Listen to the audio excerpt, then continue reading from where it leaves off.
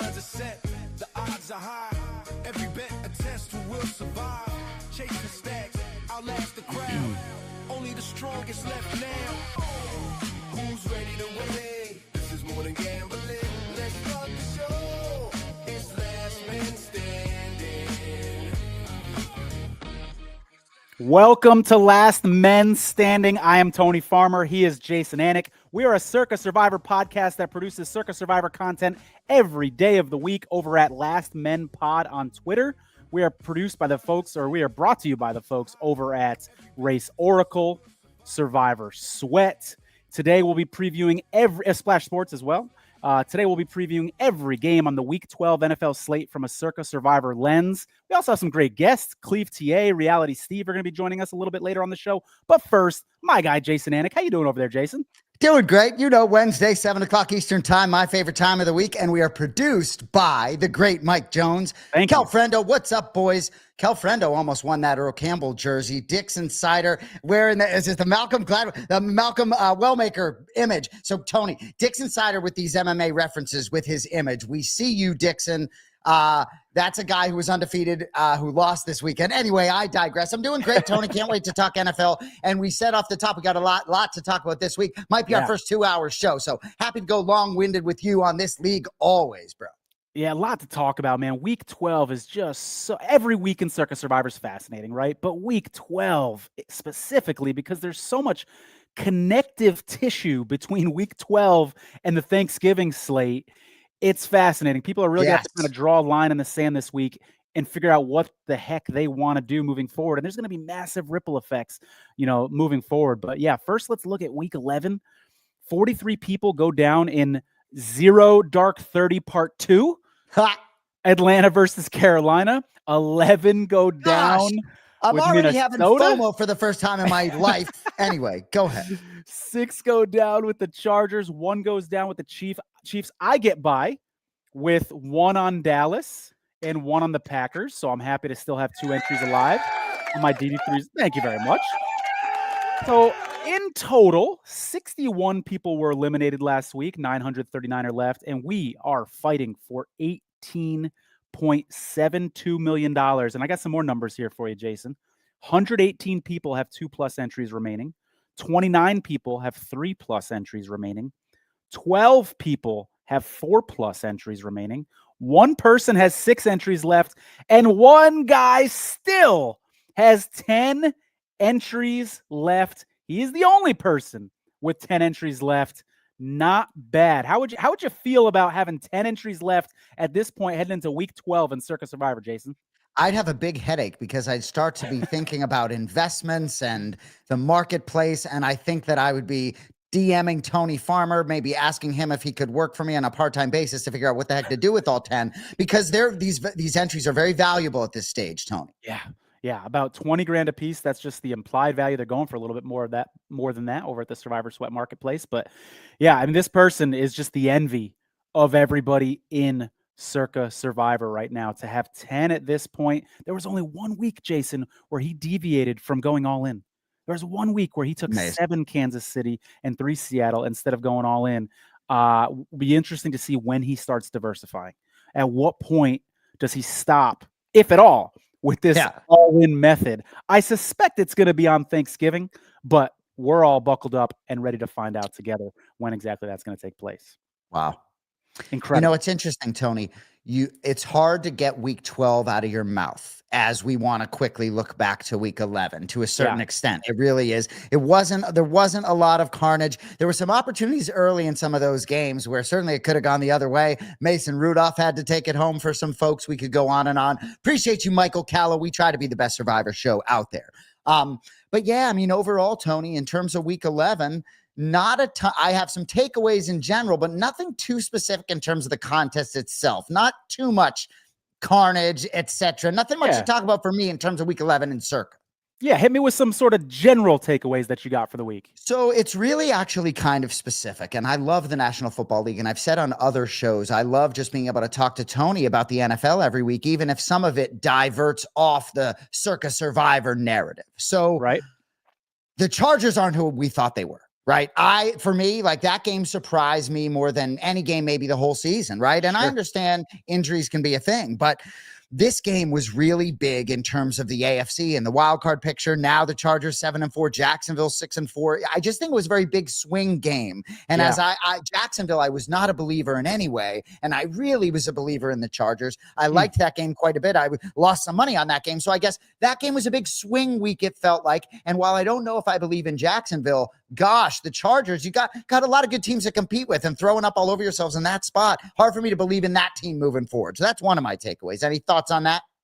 Yeah, man, I agree completely. I mean, if you had told me before the game that Jacksonville was going to beat the Chargers, it wouldn't have shocked me. But the manner in which they dominated the Chargers, I think what we're seeing is those injuries on the Chargers offensive line are really adding up. And I got to give a shout out to somebody, because someone live chatted our last show, or maybe 2 weeks ago. They said something to the effect of, the Chargers offensive line is terrible. And I said, I don't think it's going to be that bad, because they just got Penning in this trade from the Saints. I think they're going to be okay. Hart's coming back. No, that person was right. That Chargers offensive line is an effing problem, especially against, the Jacksonville, with Armstead on that Jacksonville defensive line, that gave them trouble, man. That was a really, really tough watch for the Chargers. Well, yeah, and Jacksonville, second best rush defense in football, certainly at limit. 81 passing yards for Justin Herbert. And the only other thing I wanted to say, as I said, not much for me on the bone in terms of week 11. You talked about drawing a line in the sand in terms of week 12 and Thanksgiving. And gosh, I wish I could draw a line in the fucking sand, Tony. I wish I had a fucking pen to draw a line in the sand with. But anyway, Thanksgiving is creeping. I can't wait to talk to you about the betting line. So for me, it's all about moving forward rather than moving back in terms of 11 and 12. But that's all I got in terms of 11. What are you chomping on, if anything? I just want to give a shout out to the Tennessee Titans, who I think, and we'll ask Cleve TA, he's going to be coming up here in a couple minutes. I want to ask him if he agrees that the Titans are far and away the worst team in the NFL, because if they can't win a game in those circumstances against a backup quarterback at home, against a divisional matchup, off a bye, you still can't win a game. I don't know that they're going to win another game going forward. Like, it just wouldn't surprise me at all. And I think you're on record as saying that on this show, that the Titans might not win another game going forward. And their one win that they did have was that pretty fluky game against the Cardinals with that fumble at the goal line from DeMercado. So among other things. Among other, God, the fumble at the goal, all that. Yeah, for sure. So like, I already had the Titans as my worst team in the NFL, but I was like, oh, there's a bigger gap between 31 and 32 than I thought. This Titans team is really bad. Point. So that's something to obviously keep an eye on in Circa Survivor when you're looking to fade teams, down the road. So that's one of my big takeaways. The other one is the Packers. That game was sweatier than maybe it should have been against the Giants. We've talked about the Packers on this show. This is another question I can't wait to ask Cleve when he joins us in a couple minutes, just to get his perspective on this team, because the Packers will win, Detroit week 1, really impressive game. They'll put together impressive games in their resume, and the next week they just look like crap. And it's like, who are the Green Bay Packers? There's some people that still have them going forward, by the way. There's like between 10 and 15% of the field that still have the Packers. Are you just going to try to get through Circa Survivor without using the Packers again? You're going to fire away with the Packers this week against the Vikings, because your opportunities to use Green Bay are drying up. So I think we learned a little something about the Packers this week as well. I look forward to talking about that game, because I think that while it was a sweat, I think maybe the Packers found a little juice. So ultimately, I think that, there are a lot of teams that are going to look different as these sort of November, December months roll along than they do now. So maybe the Packers is one of those teams. They maybe peaked very early, really clunky, but maybe they sort of get it right. Be easy. Yeah. What do we got? At Cleveland, week 14, best chance the Titans have to get one more W. Fair. I think there might be some people on Cleveland in Circa Survivor, Jason. At home in Cleveland, there's some people are going to be tempted, man. Well, and as you thank Tennessee, right, as a Patriots fan, you think I don't got love for Tennessee Titans for getting rid of Mike Vrabel? Thank you very much, right, for that head football coach. Yeah, what's it like being a Titans fan, watching Vrabel have all this success, maybe the coach of the year, maybe the number 1 seed in the AFC, and you fired this guy a couple of years ago? That doesn't feel good if that's the franchise you're rooting for.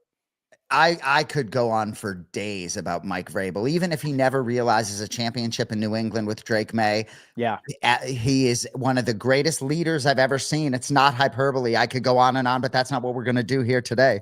absolutely. Tony, one thing as we move forward to week 12, before we get to the specific games that I just want to talk to you about, is everybody talked about sort of the Baltimore Ravens on Thanksgiving hosting the Bengals. And you've said at multiple points, and we've brought about this, that peak at Baltimore week 12, peak at Baltimore the week before Thanksgiving, peak at Baltimore the week before Thanksgiving. So I'm interested to talk to you about the week 12 spots because you have talked about week 12. You talk about this line in the sand. You have talked a lot about week 12 in relation to Thanksgiving and week 13. Yeah, it's going to be fun to unpack this all later in the show. The Ravens with a great spot against the Jets, but do you want to save them? Now we got the Joe Burrow news coming out. So, yeah, lots to unpack and talk about there. I can't wait.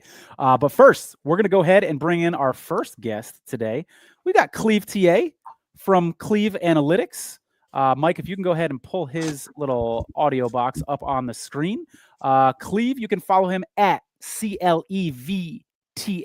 He produces some excellent general NFL content, guys, but also some Survivor specific content. One of my favorite things that Cleve does, and Mike, if you can go ahead and pull it up, is he puts together these charts.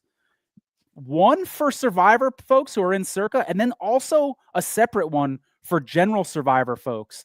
And it's just a beautiful visual representation of what the rest of the season looks like. You can see those numbers on the left, the win probability. On the y-axis, 70%, 80%. You look at this and you right off the bat, you say, wow, Ravens have some value moving forward, don't they? Bills have some value moving forward, don't they? You can just kind of see it in a great visual manner. This is just one of the many reasons why you guys should absolutely follow Cleve TA on Twitter. Cleve, how you doing over there, brother? I'm good, guys. Thanks for having me on. I appreciate it. Absolutely, man. It's a pleasure to have you on the show, man. I've been a fan of yours for a while. Love the way that you look at games with an analytical mind. We really love having you on to talk Circa Survivor with us, man. There's two teams I want to ask you about right off the bat, if we can jump right into it. I want to ask you about the Panthers, and I want to ask you about the Packers. And I guess we'll start with the Panthers because, as I said about the Packers earlier, they're just an inconsistent team. They'll get an impressive win on the road in Green Bay, and then put up a stinker the next week. So when you look at a team like the Panthers, who are facing the 49ers this week, who might be the most popular team in Circa Survivor, Cleve, can you outline for me what is sort of the makeup of a team that will give the Carolina Panthers trouble? And maybe what's the makeup of a team that the Panthers can have a little success against? Yeah, they are. It is definitely a tough team to pin down. It's one of those where, and I wish I would have saved it, but I'll have to go back and look at my timeline. But essentially their baseline is kind of standard as a team that's kind of, from a ratings perspective in the kind of 20th range in terms of teams in a league. But if you look at they have such wide range of outcomes. Like they either win when they're not supposed to, or they get blown out in their losses. It's incredible. So there's just one of those things where it's really hard to predict. And I was on Carolina last week, for example. It was mainly a fate of the Falcons just because coming back from Berlin and off an overtime game, et cetera. But Sure. It was the first half. They looked terrible and they were getting beaten down. I thought it was over. And then they just somehow Bryce Young turned it on. Typically, if you say the profile team that they should beat or hang in there with, should be teams that, they can run the ball on because they've got the Rico Dowdles back there as their starter. They've got Chuba Hubbard. You don't want Bryce Young to essentially put them on their shoulders because he's not that type of guy, and they just want to grind out the clock. And they do have a surprisingly solid defense out of nowhere. It was the worst defense in the NFL by a mile last year. So they're just they're one of those teams that, when they're a big underdog like they are this week, it's nice to back them. As long as they don't, they're not getting overwhelmed by the opponent, but it's really hard to pin that down. I mean, I'm not really great at that. If I was, and I'd be making a lot of money off their games week in and week out. I mean, I lost a Survivor entry early in the season when I was on Atlanta in Carolina, and they came out and won 30-0. So, I think they are well coached. I think Dave Canales does a good job. Actually, a buddy of mine, Eric Eager, from Pro Football Focus, is leading their analytics department. I'm in a nice group chat with him, so he was really happy this past weekend. So, I think they do some smart things, especially on things like the kickoff. They're one of the best teams in the NFL that kind of knuckleball kickoff. So it forces teams into bad field position. So they try to gain, little pieces of edges that way. So, it's a long-winded answer to say, I don't have like a great answer for you. It's just their range of outcomes is so wide that it's really hard to pin down. That's great stuff from you there. Go ahead, Jason. Tony put up that chart of yours at the outset of the interview, and it's outstanding. My brother John, who's a broadcaster for the UFC, I'll never forget when I sent him one of your charts, and he was just like, whoa, and needless to say, we've been eliminated from this contest. So as great as your chart is, maybe it didn't help us get through, but I'm always curious when I talk to guys like you, your story a little bit, right? Like I remember a lot of my friends, as they get into this broadcasting, handicapping space, they lose sort of becoming a fan, right? I'm from Boston, Massachusetts. I'm a Patriots fan. So I'm sort of curious, where are you from? Are you a fan of a specific team? I'm sure you have no biases now because you're a handicapper, but talk to me. What's your story a little bit, your background? So you probably didn't put two and two together, which a lot of people don't, but I am a Cleveland fan based on, if you look at the handle, some don't kind of put that together, but I'm from Cleveland. I'm a, Browns fan, unfortunately. And so I have to deal with that. And it's been just a bunch of misery for a number of years. So, I'm still a fan, but at this point, if I find opportunity to bet against them, I will, until they're back into contention. I'm an Ohio State grad, so at least I've got that for me. I literally have both ends of the spectrum. Right. Ohio State has been awesome and dominant, and then I have the Browns, who are literally the worst franchise in the NFL. So, I kind of get both sides of it. And I do have a finance background. I'm currently in finance. I don't do this full time. So this is kind of a hobby of mine. I've been a huge sports fan my whole life, gigantic football fan. I love, the numbers aspect of it. It kind of goes hand in hand with my finance background. So, I'm able to kind of marry the two together, try to find value and try to find edges where I can. So, it does go hand in hand, and it's something that I'd love to do. And I've been doing it for a number of years, and, people enjoy some of the stuff that I put together. So I like, adding value. So I've been doing that for as long as Twitter's been around, and hopefully people find value in it. But this is just something that I think is really fascinating. So, I'll continue to do so. Yeah, let me confirm. People definitely find value. And I love your NFL previews at the start of the season, too, or a couple weeks before the season comes out. It's really, really well done, too. Been enjoying that the last couple of years. That same question I asked you about the Panthers, I'd like to ask you about the Packers. The stuff you gave us in the Panthers was excellent. It's why we brought you on the show. It was perfect. So if you can kind of break down the Packers, how you feel about them in general. And again, is there a profile of a team that you think might kind of give them fits in the future?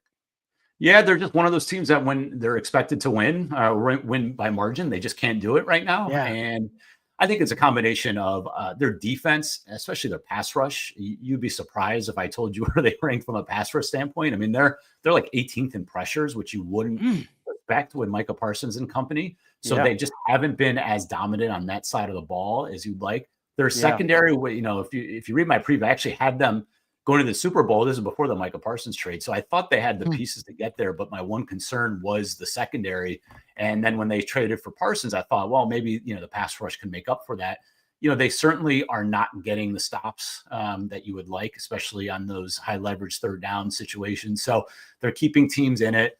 Offensively, like I think when they had Tucker Kraft in there and all their receivers healthy early in the year, they were performing like a team that everybody suspected, and they were, a high-powered offense. They're still number one when you look at EPA on offense. So, like, surprisingly, they are, they're producing from a metric perspective. It just doesn't feel that great. They're one of those that's, Jordan Love is kind of an all or nothing quarterback where, they may not do much on first and second down, but on third down, he'll throw a 30-yard bomb. So it's kind of an all or nothing offense, but the metrics love them offensively.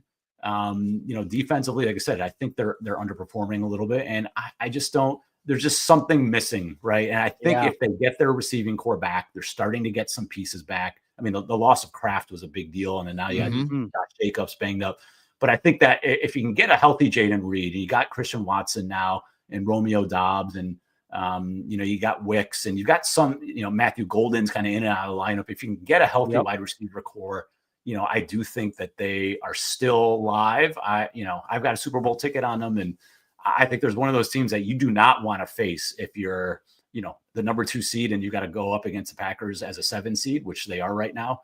Yeah. 6 or 7 seed. That's not a team we want to face. So I still think they're live. They can win anywhere. They can win any type of game. I don't think there's any profile of team that necessarily is their kryptonite. I think they're a well-rounded team. They just have to be more consistent and get healthy. Based off of what you said there, would you caution folks who are maybe thinking about using the Lions against the Packers, Circa Survivor strategy aside, you could save them for Christmas, etc. If we can just hone in on that Lions-Packers Thanksgiving matchup, knowing that the Packers beat the Lions pretty handily week 1, would you caution people about fading the Packers on Thanksgiving? Oh, yeah. And I think, if my numbers have them essentially as a 2-point underdog right now to Detroit. So it's not, they're not that far off when you look from a market perspective. Obviously, Detroit has a home field. And we saw, 2 years ago, they went into Detroit as a 7-point underdog and went out, right? And last year, they probably should have won that game. It was a Thursday night in Detroit. Yep. And the Lions came in the last drive and ended up winning. So they're not a team that you necessarily want to fade right now. I wouldn't, from a Thanksgiving perspective. I know it's tempting because you want to create some leverage there, but I'm not sure that's the route I would go personally. So everyone gambles in different ways on this league. We obviously come at it from a survivor angle, but I do a lot of content on Tuesdays and Wednesdays on the NFL, and my opinions change a lot during the week. Obviously, the data is the data, but I do find that oftentimes I'll say something on Wednesday night, and by Saturday morning, I'm like, wow, not only do I disagree with what I said, I like the other side. Now, I understand the data hasn't changed, but how much do your handicaps evolve on the National Football League as the week goes on? So I would say a large percentage of my wagers during the week are made on Monday. I'm essentially before the steam. Hopefully I'm part of the steam that moves some of these numbers. And so I get, I try to get the best value right away on Monday. So that's where most of my wagers come in, maybe a little bit Tuesday morning. If some of the, it takes me a little while to kind of get to my data and something pops. And then if I don't make a wager by then, I just kind of wait. And it's more, if I take anything Thursday, Friday, I never take anything game day, never anything in the morning. Very rarely on a Saturday, like at worst, I'm a Friday better. And that's only based on injuries. That's the only thing that I will base a wager on a Thursday or Friday is some sort of, injury or a cluster injuries that maybe went opposite where the market or where I thought where it would go, and it creates value on one way or one side or the other. So I think a majority of my wagers are just early in the week. And like, for example, I have Philly Dallas under 50.5. That was the first bet I made Monday morning after that Philly game where we saw how good that defense performed. And I had a sneaky suspicion that Dallas with all those new starters, they would look good. And I thought that the number was a little bit high. And, I was lucky enough to get in, and then they look great on Monday night. And now the number is like 47. And so, that's an example of kind of going my way. That's like the, best case example. I have the Saints, for example, in pocket that at +2. I know the impact of Drake London and obviously the drop off from Penix to Cousins. So as soon as London was announced out, I went right on to the Saints. And actually that number was 1.5 for a while. It took a little while. And then I think there was a service release a few hours later that flipped the bed. So now that we're 1.5 point favorites. So just a couple of examples of, kind of how I like to get in Monday, Tuesday at the latest. And then, anything that's later in the week is pure injury related. Cleve, I wanted to ask you about the Titans. I don't know if you heard me right before you came on, but I was talking about how, in my opinion, there's a pretty significant difference between 1 through 32 and then the Titans. I'm curious if you agree on that or not. And then from a Circa Survivor perspective, the Titans have a game against your Cleveland Browns coming up here in a couple weeks that people might be tempted to take, especially if they're low on teams. And there's a game that fascinates me, Week 17, Saints-Titans. I think there's a chance we may have people on both sides of that game in Circa Survivor by the time we get to Week 17, just because Week 17 is barren. And I'm not expecting there to be a lot of options for the people who are still alive in Week 17. So again, the questions are, do you agree the Titans are far and away the worst team, or are they a little closer to the pack than I'm saying? And 2, could you get on board with fading the Titans using a team like Cleveland or New Orleans? Yeah, I think my numbers are pretty close to the market. The market right now There's some good. There's a good website called Unpredictable. I don't know if anybody uses that, but it's a really good way to see what the current kind of market ratings look like. And right now they have the Jets and Titans tied exactly dead even last in the NFL. I say personally, with Tyrod Taylor at quarterback and they're a little underrated defense, I have them probably a point to point and a half higher than the Titans. That's what I would make that on a neutral field with Tyrod Taylor. I actually think Tyrod's a decent size upgrade from Justin Fields. And you saw the market, by the way, go from, I think, 14 and a half to 13 and a half after he was announced in. So I would make the Jets a slight favorite there. So Tennessee's last. I wouldn't say by a mile, but they're definitely last. And then the other question in terms of, the Browns, that's a terrible matchup for the Titans because the Browns defensive line and just pass rush will overwhelm Cam Ward in that offense. And so I don't even know if they need to do much on offense for the Browns' sake. Now, I will say, we'll see what happens with Shedeur Sanders this week. And that's an interesting case. I don't know if you guys are going to talk about the Raiders as a potential option that's ballooned out to 4 points. They have no future value. So they're definitely an option. I would be nervous only because I don't think Shedeur Sanders is any good. And I think he just has looked overwhelmed every time he's been on the field. But he may not need to do anything because I think that the Browns front is just absolutely going to swallow up that terrible offensive line. Probably the Raiders probably have the worst offensive line right now, especially the interior in the NFL. And you have Geno Smith, who's, scared to take a hit right now. So they may not need to do much, but that's going to be a similar situation with the Titans when they come to Cleveland. So we'll see. I mean, if Shedeur Sanders, at least looks competent, or if they get Dylan Gabriel back in time, then, I certainly think that the Browns will be, call it 4-point favorites at home, maybe higher against the Titans, and they certainly will be an option. You're getting a compliment here in the comments. Stevie Pan says, it sure sounds like this is a full-time job. I would agree. Cleve is great. My last question for you, brother, before we let you go here. I got to get your comments on this Monday Night Football game, 49ers-Panthers, because Survivor Atlas and others are projecting potentially over 30% of the field on the 49ers in this game. You talked about cluster injuries. It looks like the Panthers are going to be without two of their best linebackers. How would you feel about putting your Circa Survivor life on the line and trusting the 49ers this week against the Panthers? Yeah, so I'm in a bunch of pools, by the way. So I don't have any Circa direct entries. I do have kind of quote unquote consulting a couple of people. So I have pieces if they end up, in the money. But I personally that's a fade this week for me based on pick availability, based on win probability, and then based on future value. I mean, the Niners have plenty of opportunities down the road to be used. And so I kind of circle week 17 is a big one. If you look there, that is a week that if you kind of dissect the larger kind of options right now, it's teams with very minimal availability. And then the other teams that are available that have high, availability, like the Chiefs, obviously are Christmas and the Lions as well. So you're really talking about New England, Rams, and Indy, all with minimal pick availability. Seattle has 29% now. They're probably not going to be picked, so it's going to be minimal availability there. I would actually, if I have Seattle, I would hold off and I would earmark week 17. Anyway, long story short, San Francisco is also one of those teams that will likely be an option there at home against the Bears.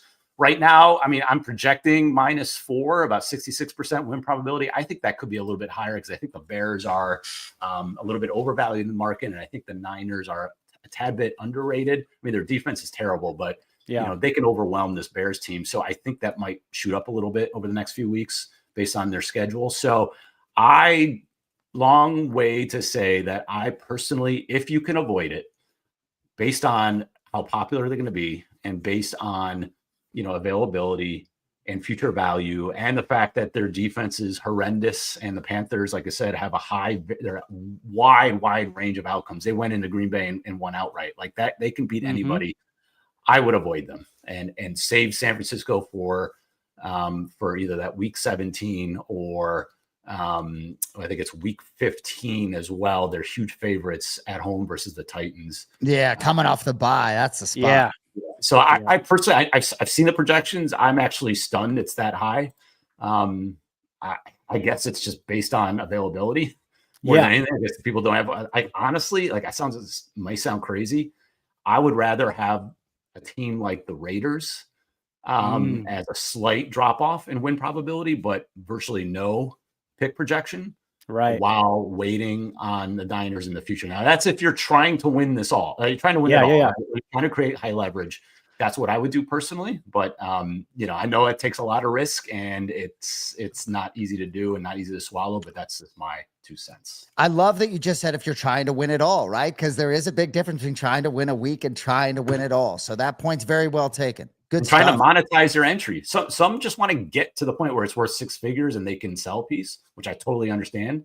Right. That's a different strategy. That's a totally different mindset than, no, I'm just trying to go for broke. Right. So I personally am avoiding San Francisco in every pool that I'm in right now, just for, full transparency.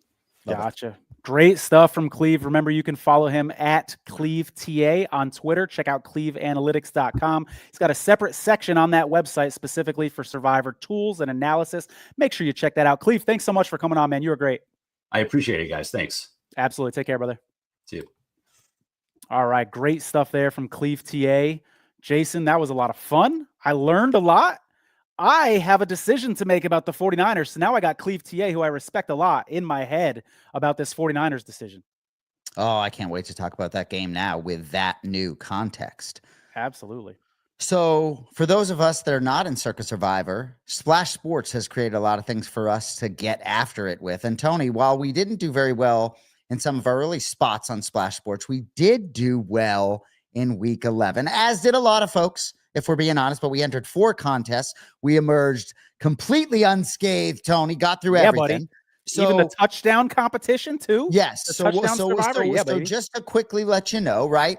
The 350,000 extra bloody Survivor, which is the real meat and potatoes. We were on 49ers, Ravens, Buffalo. That gets through. There was another Survivor, just a straight up 1 week. Ravens was just straight up 1 pick. That's a smaller one. The Splash 2,500 touchdown Survivor. We were on Bijan Robinson and Jalen Hurts. So it'll be fun, right? Can't use Bijan Robinson and Jalen Hurts moving forward. But either way, we're in good shape. And I like that we have a little fucking momentum, excuse my language, tone. Yeah, as opposed to the last couple of weeks. It's a little depressing. We start joining these splash competitions and getting our asses beat. It feels good to be advancing on to week 2, and we're excited to update you guys. And if you're in these same competitions as us, definitely let us know. And we want to know that we're in the same pool as you guys. Let us know how you're doing, etc. Maybe we'll see you at the finish line. And we're going to talk a little bit more about these contests at the end of the show as well. Looking forward to that. So before we move to, do we got any spots we got to do here, MJ, or what? Are we moving right on to the projections? I guess we can go to the projections. Yeah, we'll do the splash spot at the end of the show. Yeah, we pulled them up earlier in the show, but let's go ahead and take a look at them again. Yeah, I think they are fascinating. I want to peek at those again. Fascinating. Sorry, MJ. Busy back there. Well, we're talking all about Splash. I figured we had to shout them out, but that's later on. So yeah, and we always say when we pull these up, it's a first draft. It's going to change. But Tony, talk to me. What do you see? Yeah, the 49ers at 32%. You heard Cleve say that he was a little surprised that so many people were going to be on San Francisco in this spot. And I want to tell you why I think this projection is accurate. And I wouldn't even be surprised if the number was a little bit higher. And it's because 51, I'm looking at my notes here, 51% of the people have already used Seattle, New England, and the Lions. All 3 of those. 51% of the people can't even consider any of those 3 teams. Mm-hmm. Some of them, they have Baltimore, but as we said, Baltimore is currently the biggest favorite on Thanksgiving. So they have some incentive to save the Ravens as well. So that's why a team like the 49ers is looking so attractive to people this week, because they just don't have any other options. It's getting to be slim pickings. And as we listen to Tony Farmer and Cleve TA talk about week 17, those of us that didn't make it to November, right? There is a big difference in strategy in terms of trying to sort of get to a spot at the end. Like, you can be sure, even if I was trying to win the whole thing, you're not getting me to put any of my hard-earned American dollars on Geno Smith and the Raiders this week under any circumstance, right? No matter what that spot, because I think, if you tell me, all right, your only way to win the contest is to go Geno, this week, I think I can find a better option. That doesn't feel good to have your chance at $18.7 million riding on Geno Smith. That doesn't feel great. Yeah.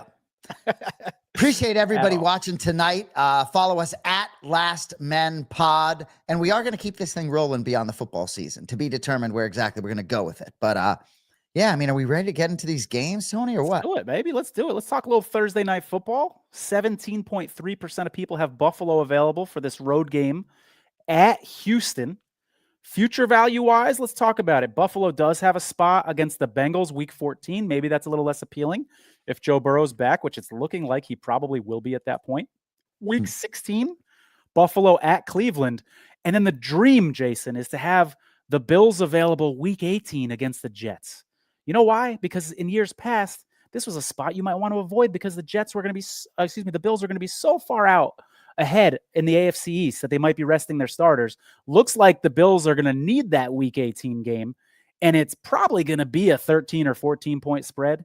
So if I can have Buffalo available week 18, I know you got to get there, but that's a great hedging spot when the team you're on is a 14-point favorite and you're getting really nice odds on the underdog Jets to hedge with. So that's a long way of saying that there is a lot of future value moving forward for this Buffalo team. They did struggle against the Texans last year. They lost 23-20 in Houston. Josh Allen was 9 for 30 in that game.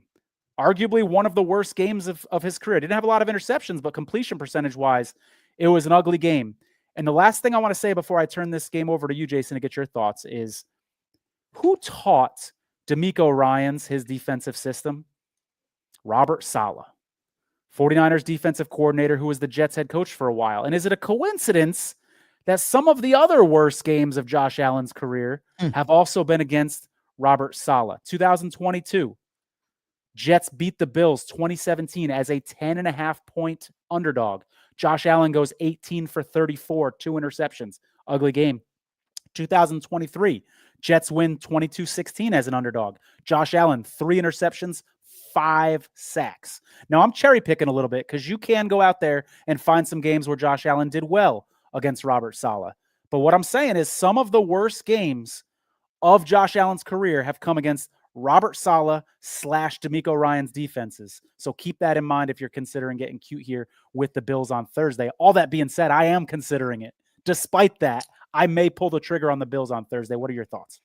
I really like that you looked at week 18 because in a way it feels as though this season in the NFL, you could argue in both conferences, there are some crystal clear paths for some of these teams that really you feel like they're going to need to play for something down the stretch, whether it's the Ravens, the Chiefs, right? These teams that inevitably, even if they have clinched a playoff spot, seeding is going to matter week 17, 18, Tony. So I'm glad you started there because I think that's significant. You talked about the future value in other weeks, so I won't go there. I'll give you a little different take on this, right? We talk a little bit about how we react to this league on a week-to-week basis, times where one loss becomes 2, or you carry the momentum from a win into another win. So I'd say those that are looking at Buffalo, I understand the future value. I like the idea of them building off of the momentum of Josh Allen and that fuck you performance. Forgive my language, right? 6 touchdowns. Doesn't matter what anyone's doing. I like perhaps the momentum of that win becoming 2 wins, right? I understand the Houston defense is legitimate. If the quarterback matchup, Davis Mills, Josh Allen, it's going to be Davis Mills. That matchup, how many times, regardless of the other 45 guys, regardless that matchup, how many times is going to play that out and Davis Mills gets it done? You know, so for me, I think Josh Allen can get it done here. You know, I've heard Chris Sims say that Texans defense can win a game by themselves. Josh Allen can win a game by himself. So I'd be looking very closely at Buffalo here. But a lot of it depends on your philosophy in the contest, right? Yeah. So with respect to the Texans defense, Buffalo needs to keep pace in the AFC, not only with New England, but with these other teams. I like Buffalo quite a bit here, if I'm being honest with you, Tony. But from a Survivor standpoint, I can certainly understand the scare on a Thursday night where it's a wild card. Well, the market agrees with you a little bit because this opened at Circa at 3.5. Buffalo is 3.5-point favorites. We're up to 6 now at this point. And so even though it says 3.5 there on the screen, you see the minus 280 odds. It's a 6-point spread for Buffalo in this spot. and the money has come in on Buffalo. So there's some folks that agree with you. In terms of injuries in this one, just to be aware, obviously we know Stroud's going to be out. Jalen Petrie, the Texans starting safety, he's going to be out for his second straight week. The Bills have already ruled out Dalton Kincaid. Their tight end and their wide receiver room looks a little messy. Samuel's been ruled out. Hardman's been ruled out. Khalil Shakir was DNP all week long. I just found out today that was because his wife had a baby. So I'm assuming he will play on Thursday, even though he hasn't been at the walkthroughs all week long. So, our guy Tony with these injuries, I'm surprised you weren't in the delivery room in terms of him having this baby. I love it. I absolutely love it. No injury there. Tony's reporting. He probably knows the baby. He probably knows if they knew the name prior to the birth. Anyway, we can go on that. All right. I love it. All Good right. stuff. Jets at Ravens. Another fascinating one for Circa Survivor. 61.8% of the people have Baltimore available. That's 580 entries. But Jason, 450 have the Ravens and Eagles available. That gets back to our conversation earlier about drawing the line in the sand. Am I going to go Baltimore this week and Philly next week? Am I going to go Philly this week and Ravens next week? Am I going to go somebody else this week and save them both for next week? And that last option I want to talk about for a second, Jason, because I think this is so important. If you only have two favorites available, let's say they're Philly and let's say they're Baltimore, because there's a lot of people in this exact boat. If you say, you know what, I'm going to use Baltimore this week against the Jets and I'm going to use Philly next week. Okay, cool. What happens when Jalen Hurts gets a concussion this week? He's not clearing concussion protocol by Thanksgiving, by Thursday. So there is an argument to be made for maybe look outside of those Thanksgiving teams, and then you'll have two options on Thanksgiving that you can choose from in case there are injuries on week 12. That being said, as you alluded to earlier, this has been a spot that I've been intrigued by the Ravens all year long against the Jets, because I didn't have faith in the Jets earlier this season. And I do like the option of being able to just make a little switch at the end and say, you know what, I like the Ravens right now the week before Thanksgiving, but if I want to just move them over one week and insert somebody else, I can. So I think it's nice for flexibility purposes. And I think some people followed our advice or came up with that idea on their own and are going to fire away here with the Ravens in this spot. Tyrod Taylor in at quarterback for the Jets, taking over for Justin Fields. It is a revenge game for him. A lot of people forget Tyrod Taylor was drafted by the Jets, but I just don't think the Jets have any chance of winning this game. I really don't. That's the rub. The last statement, I don't think they have any chance. And you had so much good stuff there. Gosh. I talked about at the outset of the show, you talking about this spot for the Ravens. So a few things, right? If you are not saving the Ravens for Thanksgiving, right? If you want to, then this is absolutely smoke them if you got them. There's no way the Jets win this football game. Aaron Glenn and company, right? And company, geez, that's a different statement now, even than it was a few weeks ago. The roster just significantly diminished. If I was alive in Survivor, I probably would be more apt to fire here than to wait for Thanksgiving. I know we're going to talk about New England and Cincinnati and Joe Burrow. Joe Burrow very well could be playing this weekend against New England. And while I think that Cincinnati defense is all-time bad. If you're asking me a week and a day out, I love the Ravens on Thanksgiving. But I do think that Joe Burrow look, if all of a sudden Joe Burrow comes back and they're able to beat Drake May in New England, that's a little Joe Burrow provides juice in a way few guys can. So I think we'll get to that game, but gosh, if it's Baltimore, it's this week or next or Thanksgiving. Yeah. And if we can pull up the schedule here for this Ravens team moving forward, you said smoke them if you got them. I think you're right. I mean, Jason, if I told you had to pick one other game on this schedule to use the Ravens, I guess, what do you think? Maybe week 15 at Cincinnati? I certainly don't like the Ravens against the Packers on the road. I don't love the Ravens at the Steelers. Really, in either of those Steelers matchups, those games are always close. I think you got to use Baltimore this week or next. No? Yep. I agree. 100%. Yeah. I mean, and look, we could talk about week 18 at Pittsburgh. I don't think Pittsburgh will have any of the four wheels on the car by week 18, if you're asking me. But that's a little bit of extrapolating a little much there at this stage. So for sure. And that'll be hedging territory if you're alive in week 18 at that point. All right, before we move on to the next game, which is the Steelers at Bears, let's go ahead and give a little shout out to the folks over at Survivor Sweat. If you're in Circa Survivor, you have to go to the marketplace at survivorsweat.com. You can shop for entries that other people have registered or sell a percentage of your entry. Get knocked out early and suffering from FOMO? Head over to survivorsweat.com today and see which entries are available for sale.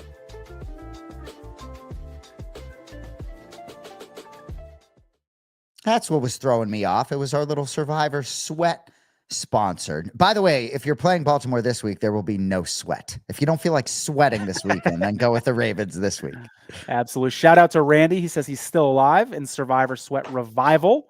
All for right. $97,000 on the line. We're rooting for you, Randy. Keep us posted on that. And we got a question here from Elijah. He says, do you trust the Packers at home this weekend and then Ravens on Thanksgiving?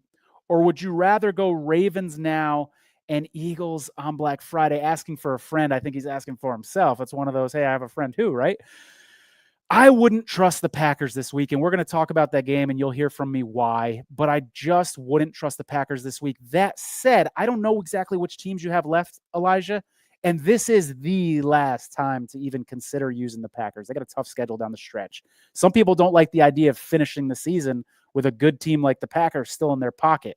So from that perspective, it's the time to use the Packers. Honestly, it was last week, to be honest, but after last week, the time is now, if at all. So that may play into your factors, into your yeah. Well. And we'll talk more about that game. Elijah, question for you. Did you receive your Earl Campbell baby blue jersey? Not yet, because it's still in my living room. I haven't got to the post office, but it's on the way. It's on the way. All right. So yeah, Tony Farmer's a busy guy, Elijah. I threw him under the bus there. All good. Steelers at Bears. 82.3% of people have the Steelers available. 67.9% have the Bears available if they want to use them in this spot. It's looking like maybe Mason Rudolph, although I started seeing some news that maybe Aaron Rodgers actually does make the start in this game. Steelers looked good last week. I'd say the Steelers looked really good last week, especially in the second half. But let's not forget the Steelers have lost 3 of their last 5 games. They've had some pretty ugly losses in that stretch as well. Jason, the Bears have won 7 of 8. 5 of those, though, were by 5 points or less, some against bad teams. I think this Bears team is overvalued, overrated. They're not nearly as good as their record indicates. And for that reason alone, I do not trust them here in this spot against the Steelers. I do think there will be some people interested in the Bears if Rodgers out. I personally wouldn't pull the trigger on that. How about you? Good analysis. I agree with every word of it. In terms of some details, Aaron Rodgers hopes to practice tomorrow. You know, he's more comfortable in shotgun than going under center, which makes sense with a broken wrist. Even if it's there, they're going to be hunting for it, you know. So in terms of that, in terms of the game itself, Mason Rudolph, who really knows? He's been a backup in that system for a long time, probably somewhat capable of managing the game if the defense wants to show up. But the Bears, right? It's like, very fortunate this season. I agree with every word. They're plus 16, best in the league in terms of turnover differential. The next closest team is the Rams at 10. Oftentimes the other shoe drops with that stuff. So for me, I do kind of like the Bears here because you're getting a banged up Aaron Rodgers or Mason Rudolph and a hot Bears team with that Steelers defense who I don't trust. So I do kind of like the Bears, but from a survivor standpoint, not at all. Yeah, it'll be interesting if it's a banged up Aaron Rodgers because it's his non-throwing wrist, right? Which I feel like is only going to be a problem when he's getting touched, when he's getting sacked, for instance. So if I know, and I don't know if they're going to put a cast on it, I have no idea the medical perspective of this, but like if I know that my left wrist is vulnerable and I'm a quarterback, I think I'm going to be getting rid of the ball really quickly and being a little scared of contact, maybe a little too premature because I'm so scared of getting touched, right? 100%. And Aaron Rodgers, it came out this week that he didn't like that this injury got out there. Makes great sense. He wouldn't like that this injury got out there, right? You could be sure I'd be doing everything I can to get a helmet on that, dare I say. And so I think that's a disadvantage. But when they talk about shotgun versus getting up under center, the fact that you have to baby it like that, you know, if I'm a Steelers fan, I'll tell you, I'm hoping it's Mason Rudolph. Maybe I think I got a better chance to win this week. So I don't know. Yeah, good stuff from you. That's really good stuff. Moving on here, your New England Patriots at the Cincinnati Bengals. A rematch of that Week 1 game last season where the Patriots upset the Bengals and knocked a lot of you guys out in Circa Survivor. 7% of people have the Patriots available. To be exact, that's 66 specific entries. So we're running low on Patriots folks in this one. There's a lot to like about the Patriots in this spot. This Bengals defense, as Jason said earlier, is historically bad. It's looking like Trey Hendrickson probably isn't going to play in this one, and Jamar Chase is suspended for this game. I don't think there's any concern about the Bengals winning this game, even if Joe Burrow's in there. I really don't, Jason, personally. The reason not to use the Patriots in this spot, in my opinion, is their future value. You've got, oh, great job, Mike, pulling that up. Perfect time. You got a spot with the Giants later and then the Jets and Dolphins the last 2 games of the season. We talked about how tough week 17 is going to be, brutally tough. What if you're the only person on week 17 or one of 3 people on week 17 that has the Patriots left? This isn't a dramatic statement. Saving the Patriots for week 17 could literally be the move that wins someone this pool and wins someone the whole $18.7 million. So keep that in mind. I know if you got the Patriots this week, it's tempting to use them, and I don't blame you one bit if you want to, because I like the matchup. But there is some good spots down the road and some good reason to save them as well. And I do believe this year may be different than most. We talk about the teams needing to win in week 17 and 18, even those that aren't trying to get in the wild card spots. Those top seeds, Indianapolis, Denver, New England, that with that one bye, very likely the Patriots are going to need to win week 17 and 18, So, and they have a soft schedule, but to get that number 1 seed, I think there's going to be a lot of teams still playing for something week 18. Absolutely. All right, moving on here. Giants. So hold on. Go ahead, Let me just a couple more things on the Patriots game. So yeah, please do. So I think Joe Burrow's playing. And this line moved from 8.5. I saw it go to 7. And this defense for Cincinnati is like comically bad. I can't wait to watch my New England Patriots and Josh McDaniels go against the Cincinnati defense. So I think ultimately, even if Joe Burrow plays, it's so hard for me to imagine without Jamar Chase that they can really beat New England, who's Jason, real quick, if you're licking your lips as a fan, imagine how Drake May feels going up against that defense. He's really got to be salivating, right? No question. But if there was one guy that I would never bet against in any way, shape, or form, it's Joe Burrow. And the thing about Joe Burrow is it wouldn't shock me if he goes out there and Cincinnati doesn't punt, right? And he puts up 35 points if he's well enough to practice in full. And Joe Flacco's got a bum shoulder. All I'm saying is for those of you that are lucky in the 7% that have New England, caution flammable if Joe Burrow's playing. I'm just telling you right now, the Patriots are due for they're due for a lapse somewhere. So what I will say is, while I think there was almost no chance the Bengals are beating the Patriots without Joe Burrow, with Joe Burrow, that is a fly in the ointment. I would be cautious, even though I love New England still, Tony. Yeah, and keep an eye on the practice. I heard he still hasn't done 11-on-11 drills yet. I heard he has. Flacco, he has done 11-on-11. Okay, we might have been getting conflicting information there. That would be big if he has. Yeah, keep an eye on it. It's going to be fascinating to see because obviously if Burrow plays this week, he's going to be playing on Thanksgiving too. Unless it gets hurt. See, that's the thing is that originally it was going to be Thanksgiving, right? They were like, oh, Burrow's in the practice window. First time he'd be eligible to play is Thanksgiving. And as a Patriots fan, I'm like, I don't know about that. Like, if he can play Thanksgiving, gosh, I hope we don't see him 3 days prior. Anyway. Man, it's going to be interesting to see. I mean, the Burrow saga has been fascinating because when week 1, when the schedule came out, nobody wanted any piece of that Ravens-Bengals game on Thanksgiving. That was the one game you wanted nothing to do with. Yep. Like, all those teams always play it tight, rivals, division rivals. Now, all of a sudden, Ravens are the biggest favorite. Burrow comes in. We've already seen some major line movement in that game as well. So, yeah, fascinating stuff. All right, Giants, Lions. 24.1% of people have the Lions available. 6% chance of rain in this one. Keep an eye on the weather. Kayvon Thibodeau did not practice today. Looks like Jackson Dart might actually play in this one. I read today that he's trending toward playing limited practice today. I think that would be a big upgrade for the Giants. Jameis wasn't absolutely terrible, but I think Jackson Dart is a massive upgrade, not just because of his arm, but what he opens up in the running game for the running backs on that team. Future value for the Lions. Sneaky future value on Thanksgiving, even though Cleve TA doesn't like him. I think they are a sneaky pick because they're going to be a lot less owned than some of those other teams we've talked about, Philadelphia and Baltimore. I think you could make an argument they will be the best option on Christmas against Minnesota. And they finished the season against Chicago, which isn't a terrible spot as well if they're playing for something at that point on the road in Chicago. So lots of future value for the Lions. Lots of reasons not to use them in this spot. But I kind of like the matchup. If you got the Lions available, there's going to be not that many people on him this week, theoretically, because people are saving him for all those other spots that I mentioned. I do think it's worth mentioning that Jared Goff didn't look good last week. Eagles defense made him look very uncomfortable. He made some awful throws. Go ahead. 14. I'm almost like double checking my notes. I'm like, do I have this right in my notes? He was 14 for 37. Did I mean to write 27? With 1 touchdown and 1 interception. Either way, it was a very ugly game last week for Jared Goff. Didn't pass the eye test either. So keep that in mind, that you're not exactly taking the Lions at their best right now. They're coming off a bad game. Maybe that can be a good thing because they'll be a little extra motivated to turn things around here at home against the Giants.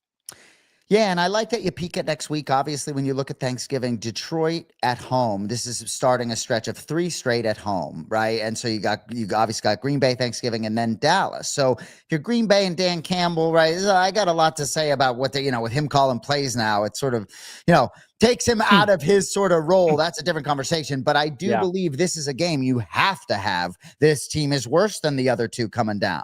But I do think if Jackson Dart plays, it could be a little trickier. But I would look hard at Detroit here. For me, the holiday against Green Bay is such a volatile team that even though I like the spot, and they may have a tougher game at home to Minnesota than Detroit has this week, that scares me a bit. I was concerned about the loss of Ben Johnson early in the season, and then they sort of got hot and they've sort of crumbled a little bit. And I believe the ceiling for this Lions team is not as high without Ben Johnson.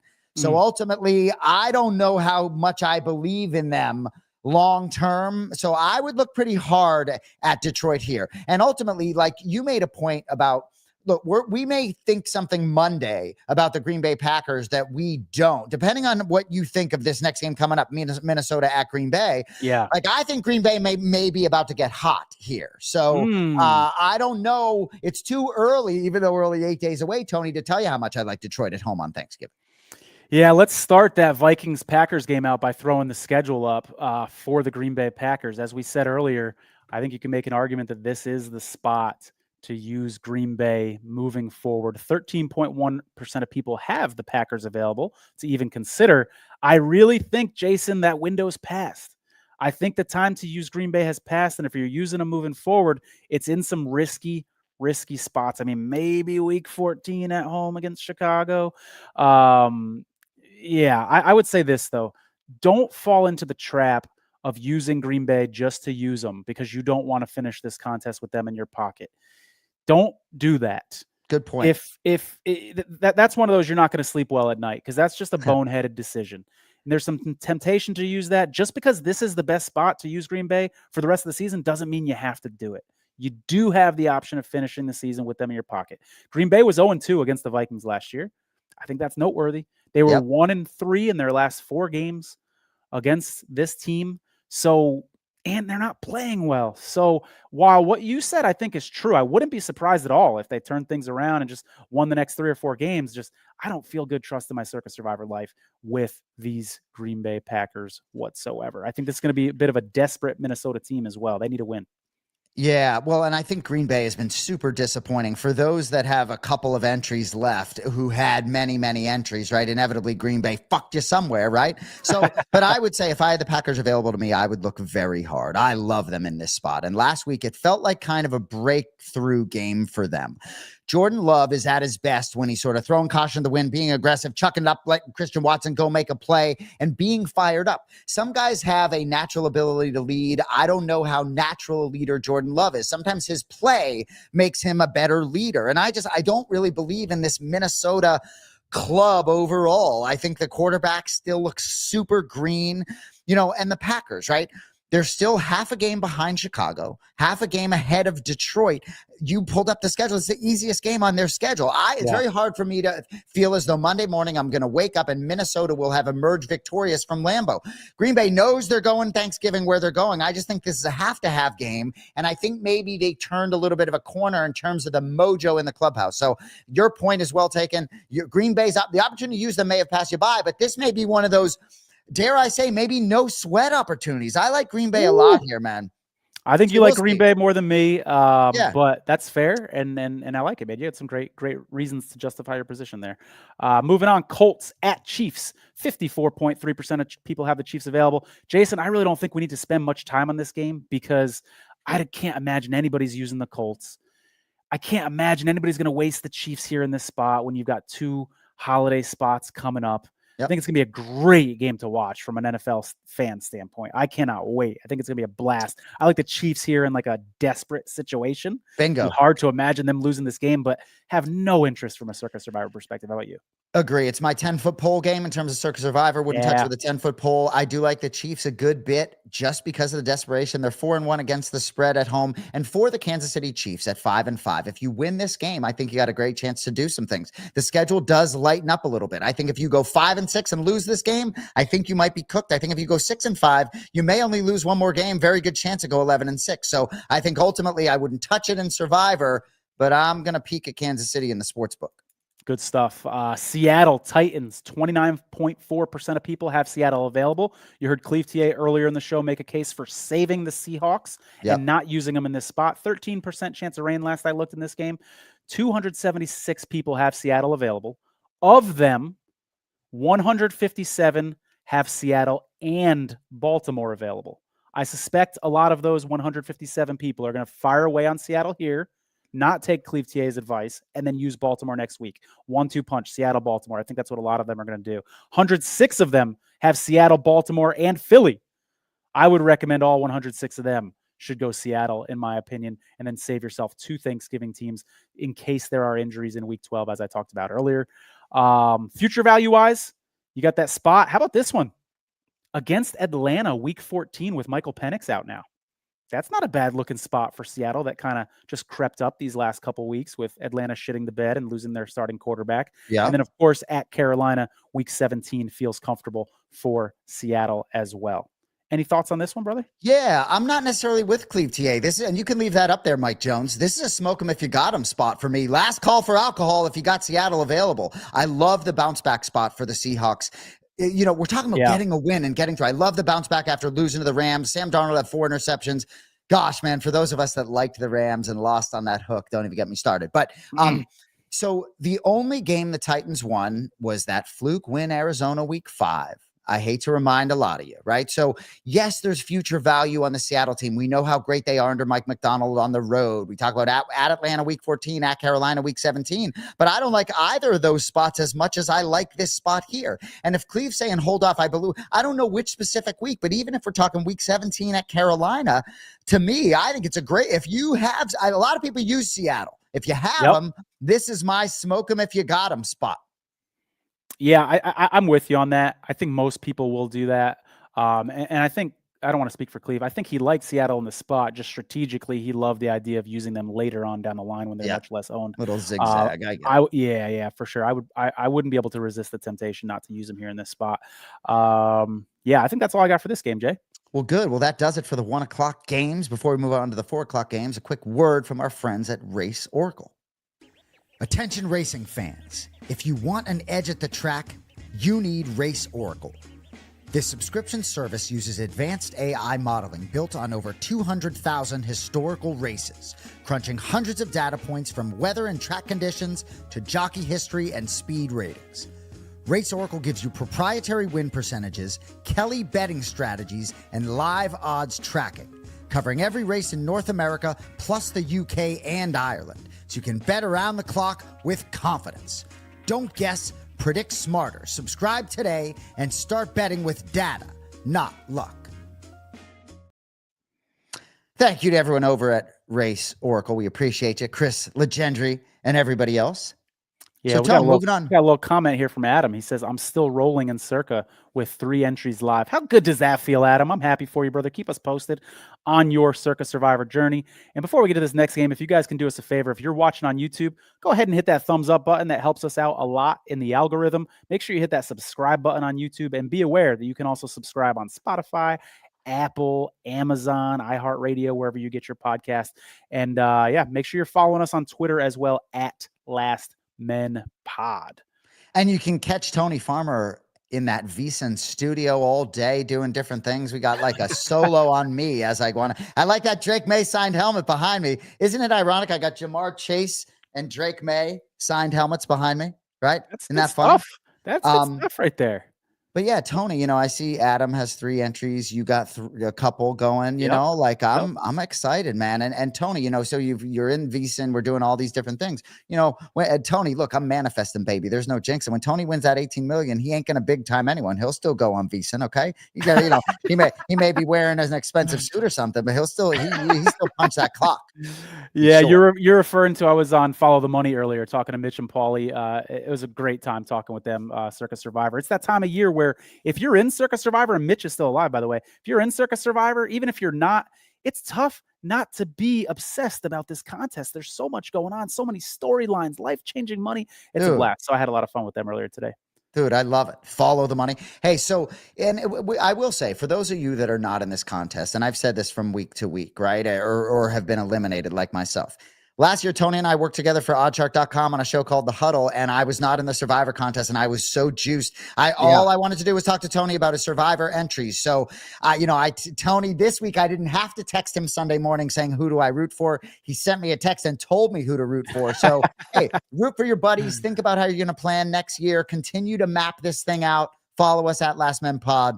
All right, Tom, what do we got? Absolutely. Jacksonville, Arizona. Kyle. Jacksonville, Arizona's next. Kel asks which teams I have available for Thanksgiving. I have both Philadelphia and Kansas City available for Thanksgiving. Stay tuned next week if I'm still alive. Stay tuned next week for my decision on that. When? Jaguars at Cardinals. As you said, Jason, 90.1% of people have the Jaguars available. There's so many injuries on both sides of this game that I want to see shake out. And maybe if they shake out on one side or another, I could get on board. But like DeMercado's already ruled out for the Cardinals. They're already banged up at the running back position. We know Marvin Harrison Jr. is already going to be out for the Cardinals. Jaguars have injuries on their side of the football as well. And so I just don't have a great feel for this game until these injuries shake out. And until then, you won't see me trusting either of these teams in Circa Survivor. You got anything on this one? Nothing to say. Flip a coin. Can't trust either team. I do think that Jacksonville defense perked my ears up. We talked off the top about that blowout game. So I think potentially a zigzag spot. If, Liam Cohen, gosh, I don't know what I think, but maybe I think more good than bad there. And you talk about the depleted roster. I think, I don't like the quarterback in Jacksonville, but I think maybe the roster is good enough. That Jacoby Myers does fill a hole despite people questioning that transaction. So I think, all right, what do we got? Jaguars. Yeah, fair. I mean, I don't like the Jaguars. I'm just saying, if you're asking me who I like in the game, Jacksonville, nothing in terms of Survivor. Yeah, and someone chimes in and says Jags week 18 at home against the Titans to bring it home. Yeah, that's another dream spot as well. I mean, the Jaguars still have 2 games left against the Titans and a game against the Jets. So it's pretty wild that this team has so much future value moving forward. So even if you like them against the Cardinals, I think that's a tough button to hit moving forward. Yeah. Next game, Browns at Raiders. You heard Cleve TA make a little case maybe for the Raiders here, fading Shadur Sanders. 95.3% of people have the Browns left. 92.9% of people have the Raiders left. If you have multiple entries, I suppose people feel differently about this. I suppose this would be a good game to do the option and take both teams and sort of guarantee yourself one moving forward as long as there's not a tie. Some people could look at that option this week. Outside of the quarterbacks, usually we look at a game and it's the quarterbacks that we talk about. In this game, it's Max Crosby and Myles Garrett against 2 bad offensive lines. I think are going to kind of be the storyline of this game. But I felt like Shadur Sanders looked awful last week, Jason. I thought he looked god-awful. And I thought that he could not do much against the blitz. He looked very overwhelmed. So if I'm the Raiders defensive coordinator in this one, I'm throwing heat at him until he can prove to me that he can handle a blitz, because it sure looked like he couldn't last week. Couldn't agree more. As much as I'd like to fade Shadur Sanders, I like to fade Geno Smith too. So I looked at the over under 36.5. I think that tells you a lot. That spot for Duval week 18. Yeah, Geno. I like the emojis there for Geno Smith. I'm glad he's got some money in the bank because he did pretty well in the bank. But yeah, no thanks on that ball game. Yeah, I think the Raiders could get. We saw those projections. They weren't on them because they weren't in the top 5. With this point spread moving, I wouldn't be surprised to see some more people trust the Raiders. I wouldn't do that.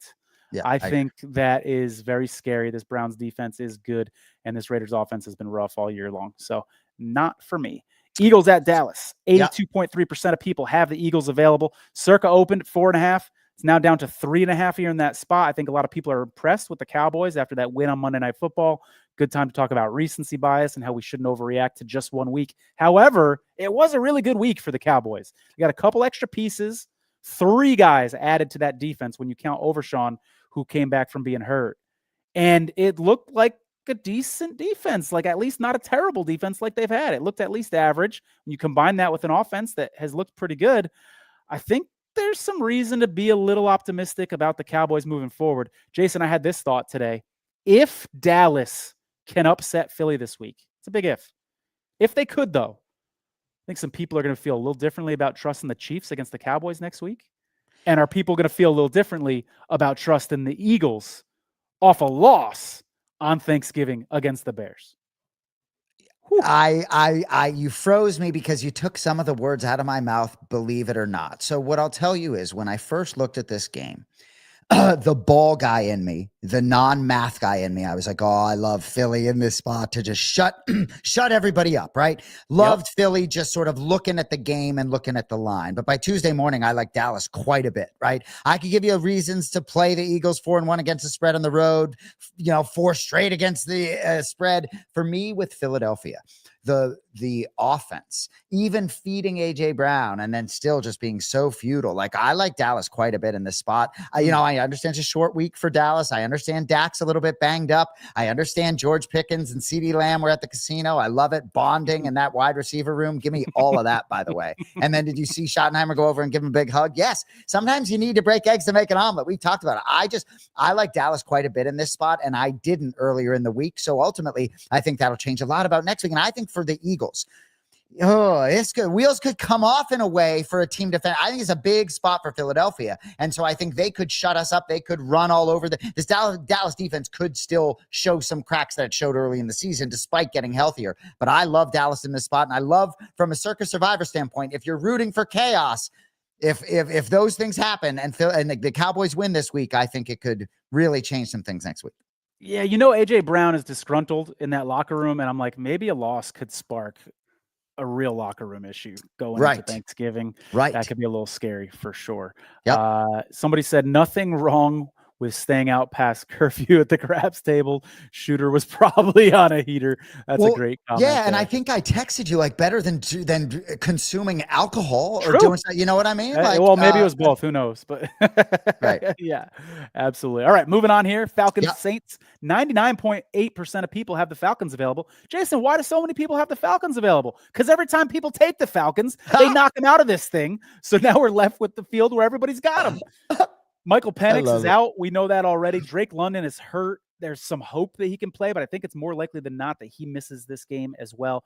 For what it's worth, these two teams have split this series the last 2 seasons. In other words, they're 2-2 against each other in their last 4 games. Saints are off a bye. They did win their last game at Carolina.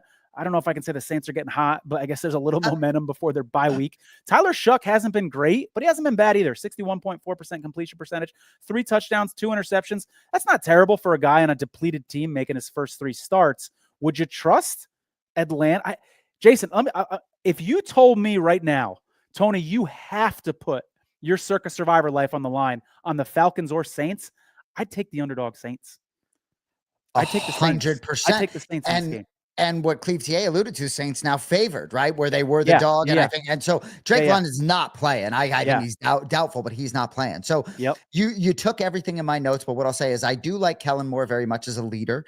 And if you want to be on an island, I like the Saints quite a bit in this spot. Coming off the bye, Tyler Shuck, it is bold without question, but that Falcons team, I question some of the locker room. What are they playing for? I understand they got the best player in football in Bijan Robinson, right? But without Drake London and Kirk Cousins, gosh, like that's hilarious. I don't like Penix or Cousins. What a nightmare in Atlanta. But I really believe it is. But some of these teams that I believe have no juice and aren't playing for anything, where the Saints at 2-8, I believe, all right, boys, let's go. We got something to play for. And I feel as though there's certain coaches. You could argue Aaron Glenn has held that locker room together a little bit. I think Kellen Moore's done the same thing. So I think the Saints are live.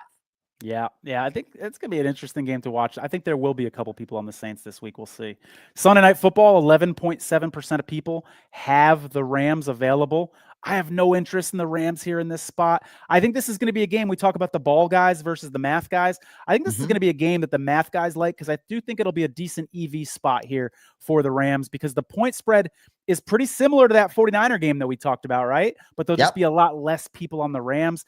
I don't love going against good teams, though, and the Bucs are a really good team, and so that gives me some hesitation. The Rams don't have great home field advantage in Los Angeles. 50-50 chance Bucky Irving plays in this game. That matters. Jason, you have any thoughts on this one, brother? So I do. A lot of future value on the Rams schedule. And you might not need to fuck around with Baker Mayfield in the Circa Survivor Contest. I do. But I do sometimes look at these games from an against the spread standpoint, and I do think I like the Rams maybe even to cover. Bucky Irving is ramping things up. Whether he plays or not, Sean Tucker's done a good job. I'm not sure how much that matters. But if you look at, you see the Rams, Mike Jones all over it. Appreciate it. I don't even need to pull up my notes. But I do think there are some potential spots there, whether it's at Arizona, even perhaps at Carolina, at Atlanta. I just think there could be some potential spots. Even week 18, I know we're extrapolating to the future, versus Arizona. I think seeing the Cardinals twice on the schedule, I think there could be some future value where you could avoid a really good defensive front too with Tampa Bay. But ultimately, I think the Rams, I just think Tampa Bay is still too banged up to make enough noise to win that game in LA. But from a survivor standpoint, proceed with caution there. Yeah, I'm with you there. We've got one more game to talk about before we bring in Reality Steve. I'm really excited to talk to him. Panthers at 49ers. It's a big one. 96.3% of people have the 49ers available. Brock Purdy showing no rust last week. 19 for 26, 3 touchdowns, no interceptions in his first game back. I did think it was interesting. His rushing stats, 1 carry for -7 yards. Even though he looked very mobile moving around in the pocket, I wonder if Kyle Shanahan said to him before the game, don't run. Don't run. Don't risk your big toe. It's not worth it. And so maybe although he's mobile, they're restraining his runs. I think that matters going forward for someone like him, because he likes to pick up first downs with his feet for sure. And maybe he's just not able to right now. 49ers don't have a kicker right now. Actually, they signed Matt Gay, I believe. I just saw right before we logged on today. So now they have a kicker, but Piñeiro's out. So they've got a shaky kicker in this game, making his first start with the 49ers. I think that matters. Panthers have 2 linebackers, so I think are going to miss this game. I'm strongly considering this game in Circa Survivor. I will probably have at least one of my 2 entries on the 49ers, if not both. I did appreciate what Cleve said about the 49ers being high owned, and you can find, similar teams with similar likelihood to win in a lesser owned spot. And the 49ers do have a ton of future value moving forward. We talked about it. They play the Titans still. They play the Bears still. They play the Browns still. But I don't have much of a choice this week. I've burned Seattle. I've burned New England. I've burned Baltimore. So I think I'm going to have to get comfortable with the 49ers in this spot on Monday night. What are your thoughts, Jason? Oh, that's great stuff. And I like that you opened up the lens a little bit to your picture, right? Because I was up in Connecticut with my brother John this weekend, and I let him know who we needed to root for our guy, Tony Farmer.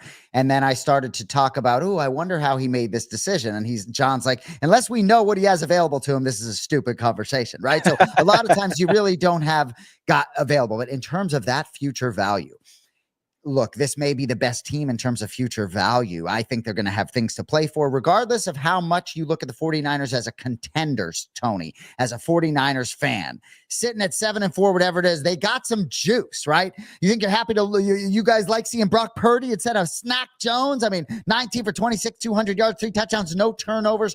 Obviously, the offense is going to have to keep humming. Bryce Young, in terms of being on the road, 4-17 on his career, but he's won his last 3 on the road. That wouldn't scare me if I were you, Tony. And I just think with Rico Dowdle on the other side, I think McCaffrey's going to want to show out a little bit. I think the 49ers have a lot to play for. I like them in this big spot on Monday night with number 13 up under center. I like San Francisco quite a bit, Tony. And I think your main sweat is that it's the Monday night game and you're going to have to wait till Monday night. I do another show where I'm forced to give 3 picks against the spread. You can be sure the 49ers -6.5 was something I played right when it came out. I'm seeing it in 7 most spots. So I really like your boys Monday night, Tony, regardless of their future value in Circa Survivor. Yeah, what gives me pause, we've both been pretty pro 49ers on this game. So just a little devil's advocate here. At what point do all these injuries add up on defense and really start to make a big difference? They lost another linebacker, Bethune, last week. They lost another one. And when you're going up against Rico Dowd, we heard Cleve TA say that the type of team that can be vulnerable against the Panthers is a team that the Panthers can run on. And I do think you can run the football on the 49ers with all these linebackers banged up. Major cluster injuries at that position for them. So that's giving me pause, on top of the fact that they've got a new kicker. Worries me a little bit. But like I said, I think I'm going to have to get comfortable with it. All right, let's go ahead and bring in Reality Steve. This is actually Reality Steve's second appearance on Last Man Standing, because we had him on the show last season as well. Welcome back to the show, Reality Steve. How you doing, brother? How you guys doing? Gosh, as I'm waiting in the lobby and listening to this, I saw this stat this week. It probably isn't going to make you guys happy. It might for Circa, maybe not for against the spread. I saw this number about San Francisco. They are 1-15 against the spread after a straight up win their last 16 games. So I don't know what that means. I mean, obviously, it's very notable. Trend bettors obviously would be like, "Whoa!" I don't know what that means. They can't cover 2 in a row. Apparently, I mean, well, I shouldn't even say that because it's after a straight up win for whatever reason. 1-15 against the spread their last 16. So I just maybe that's a little Kyle Shanahan problem. Maybe this locker room's getting some big heads and not playing as hard the next week. Hey, Tony, you don't give a shit if they cover the spread. Just exactly. That's the point. Fine for Survivor, maybe not for Million. You know, good point. Absolutely. So for folks who aren't familiar with Reality Steve, he is the authority on all things reality TV. I'm talking Dancing with the Stars, CBS's Survivor, Bachelor, Bachelorette. He's got a great show. Definitely go ahead and follow him over at Reality Steve on X/Twitter, whatever you want to call it. And Steve, I know you also just started a Patreon account this week. Patreon.com/Reality Steve. You're doing some cool stuff with that, watch alongs and things of that nature as well. Anything you want to plug before we move forward and talk Circa Survivor? Well, I mean, God, you put it all out there. I mean, it's all my socials are at Reality Steve. I have a daily Reality Steve podcast that covers anything going on in the Bachelor franchise, which is filming right now. Actually has a tie into Monday night's game. I don't know if you saw this. The current Bachelorette that's filming, she was at the Raider Cowboy game Monday night because they are traveling, and they were in Las Vegas for one of their episodes is going to be filmed in Las Vegas. Sunday night, they did a group date at Chippendales at Planet Hollywood. And then a guy got a one-on-one date and they took them to the Raider Cowboy game. They put him up on the big screen. They put him up on the Jumbotron, and they had him kiss and whatever. But yeah, so a little Bachelor/sports tie in there. But yeah, daily podcast is the Reality Steve podcast. And then I do a sports podcast daily called the Sports Daily, where I basically, talk about sports, mostly NFL. I'm mostly sticking to football right now. Tony, you're going to be on the podcast in tomorrow's episode. And then on Fridays, I give my picks against the spread in college and pro. Been doing okay in college, not as great in pro this year, all against the spread stuff. And then I'll always talk what's going on in Circa Survivor world as well in that, since I was a contestant this year in the Circa Survivor contest until I wasn't. Not always easy to do well in this league, the National Football League, against the spread. I did the Million contest for years, and I've matriculated over to the Survivor this year. Yeah. So I'll say to you, my brother John Anik is a UFC commentator. We only had 4 entries this year in Circa Survivor, and it almost feels like I had half an entry, if I'm being honest with you, right? It almost just feels like, and I say that with respect, right? It's like we were super aggressive. My brother's like enjoying making me fucking sweat Sunday morning, giving me some bullshit. So what I'll say to you, I'm just sort of curious how many entries you had, how into this contest are you? What was your exit like if you're not still around? And what are your future plans in Circa Survivor? Okay. I started this I've been in Millions ever since it started, 2019. Although I didn't play in 2020 because I couldn't get out there because of COVID. But then starting in 2021, I've done both. In 2021, I think I did 2 Survivor entries. Then I went up to 3 in 2022. Last year I did 5. This year I did 7. Making my point for me. Thank you. Keep going. It doesn't even matter how bad I do. I'm still adding more entries every year. So this year started out well. I spread it out over the first 2 weeks, went 4-0 both weeks in weeks 1 and 2. And I'm like, this is my year. This is it. And then week 3, I lost 2 entries. Week 4, I lost 3 entries. Week 5, I lost the last 2, and I was done. Was it the Rams or Cardinals that took you out in week 5? Gosh, I would know if I looked at the schedule. Yeah, all good. What was that? Oh no, that was the Thursday night game. I had 2 entries left. Put them Rams, both on the 49ers. Rams. Yeah, put 'em both Gotcha. on the Yep. Rams. Mac Jones, backup quarterback spot. Yeah, tough. It was just, it's just so. And then you look at the Rams the rest of the year. Have they lost since that game? I don't think so, because the Philly game was before that. So yeah, that's frustrating. They haven't lost since then. Arguably, you could say they might be the best team in the NFC, the team that could dethrone the Eagles in the NFC this year. It just, yeah. But million, I was telling Tony earlier today, Sam, million. I'm basically 500 every year, right around there, 46 and 44, 43 and 47.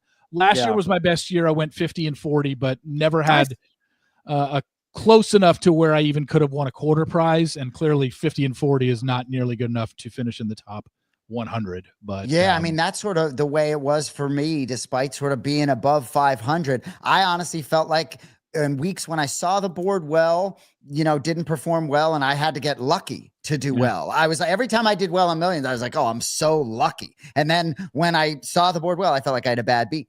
So you did 7 this year. So I assume it's 10 next year, right, Steve? Absolutely. That's the plan. Like, it's not going to deter me. If anything, I'm going to want to do more and maybe, go in with a partner and, purchase more than 10 and do it that way. But yeah, you know what? Like, the millions every year when I enter it, every year I go in saying, maybe I shouldn't do the million. Maybe I'm just going to stay away and just use that one entry and just add it so I can have that to my Circa Survivor. But then I almost feel like I'm missing out, because it does give you that excitement of just having. But I said to Tony earlier, I'm like, it is unbelievable that everybody is playing off the same lines and some guys are hitting 70 to 75%. In a given year. Like, how is that happening? Like, they don't have any different lines than I do. 42 and 13 is 42 and 13 is bananas. Ridiculous. I mean, 41 and 14 is ridiculous. Yep. 38 and 17. It's just like, that is unbelievable. To do that, because, and to do the quarter prize, they give it out, I think it's 125,000 for first place and first quarter and, through the 4 quarters of the season. And I'm like, okay, I got to pay attention in week 1, and then I got to pay attention in week 5, and then 9 and 13, because that's the start. You got to go 5-0 or 4-1 in that start, because if you go 3-2, you're basically done for the quarter.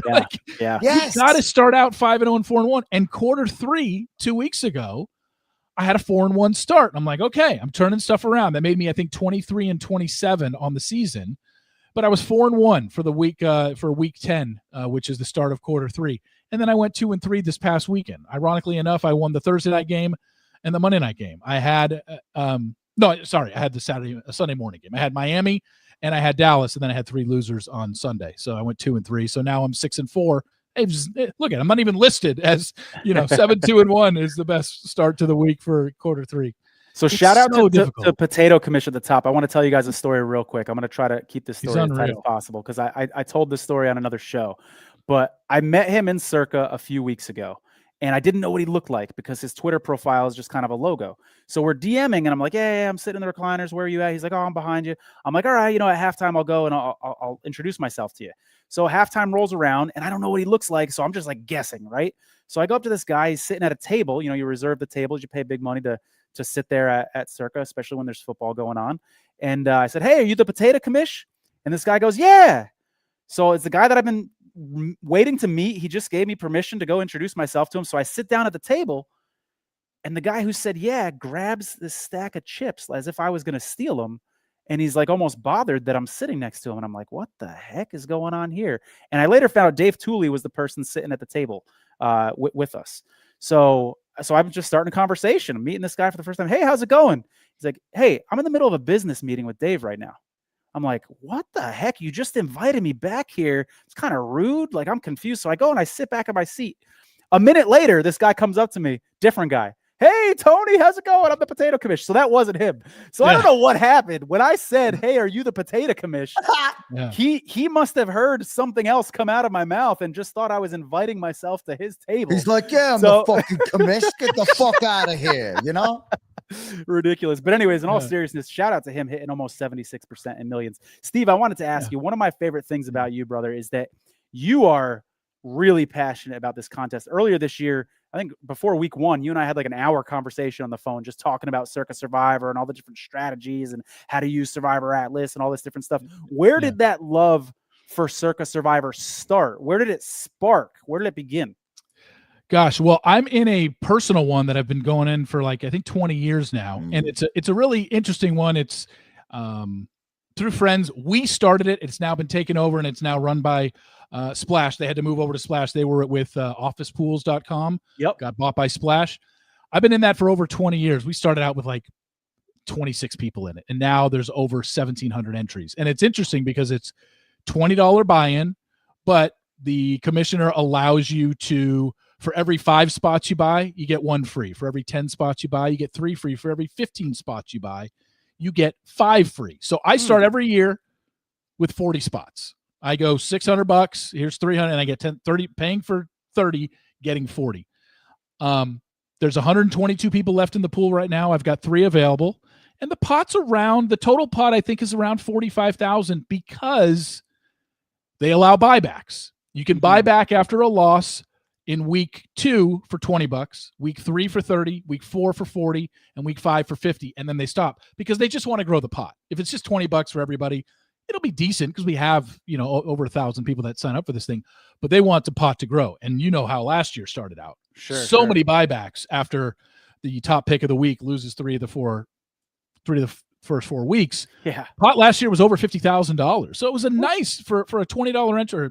It was $600 for me. Yeah. But, and I bought back last year. I can't remember how much I spent, but I didn't even get into the money. So that's been going on for 20 years. I've been doing that. So when I heard about Circa in 2020, I'm like, I want to enter that because I want a bigger stakes available. And I know there's no buybacks and whatnot, but then obviously 3 years ago, I get turned on to Survivor Sweat and I'm like, oh, so not only I don't necessarily have to win this, I can now use this tool as almost an investment. And hey, I just want to last X amount of weeks to where my entry is now worth some money to other people. I'll sell equity. I'll buy equity if I happen to lose one. And that's what I have done. This year, I'm pretty much out altogether. My 7 entries are out and I have a 1%. I have a 1% equity in someone else's pick who's still alive, but they're not looking great for their holiday picks, is to say the least. But who knows? 1% is fine. But yeah, I've got a friend that's doing the same exact thing, and she is somebody that isn't even a football fan. I told her about it. She's more of an investment person, and she's like, and then I told her about Survivor Sweat. She's like, wait, I can sell and buy equity in my pick if I go, yeah. She came in with 5 picks. She's got 1 left, and she has sold 63% of that pick. She's only got 37% of the pick she owns still, but she's made back more that she has put into the pool. So she's, playing with house money at this point. And that's why I think this pool, reaches so many people because you don't have to look at it as, man, that's a hard pull. $1,000 and I got to go 19-0, 20-0. Like, right. No, just last to where, this year, perfect example, week 11, what is each entry worth now? 18,000 roughly is what each, if you have an entry, it's worth about $18,000. Just start selling off equity. You can make something and still play in the pool. And if you end up losing, fine, but you've probably won back if you sold equity. Now, Steve, won back more than you put in, right? I agree with you as someone who sold a piece of my entry last year, a large piece of it, 90% of one of my entries. Yeah. And made some money off it. However, you also realize there are some purists out there who are like, come on, win the damn thing. You signed up to win this thing. This isn't an investment. This is a contest to win. Yeah. So there's different perspectives on this. I appreciate your take because it is, I think, sort of a, I don't want to say new age, but sort of a new way of looking at things. I think there are some more people getting into the contest because of that. We didn't just bring you on the show to talk Circa Survivor, though. We also are going to put you to work. We need your help.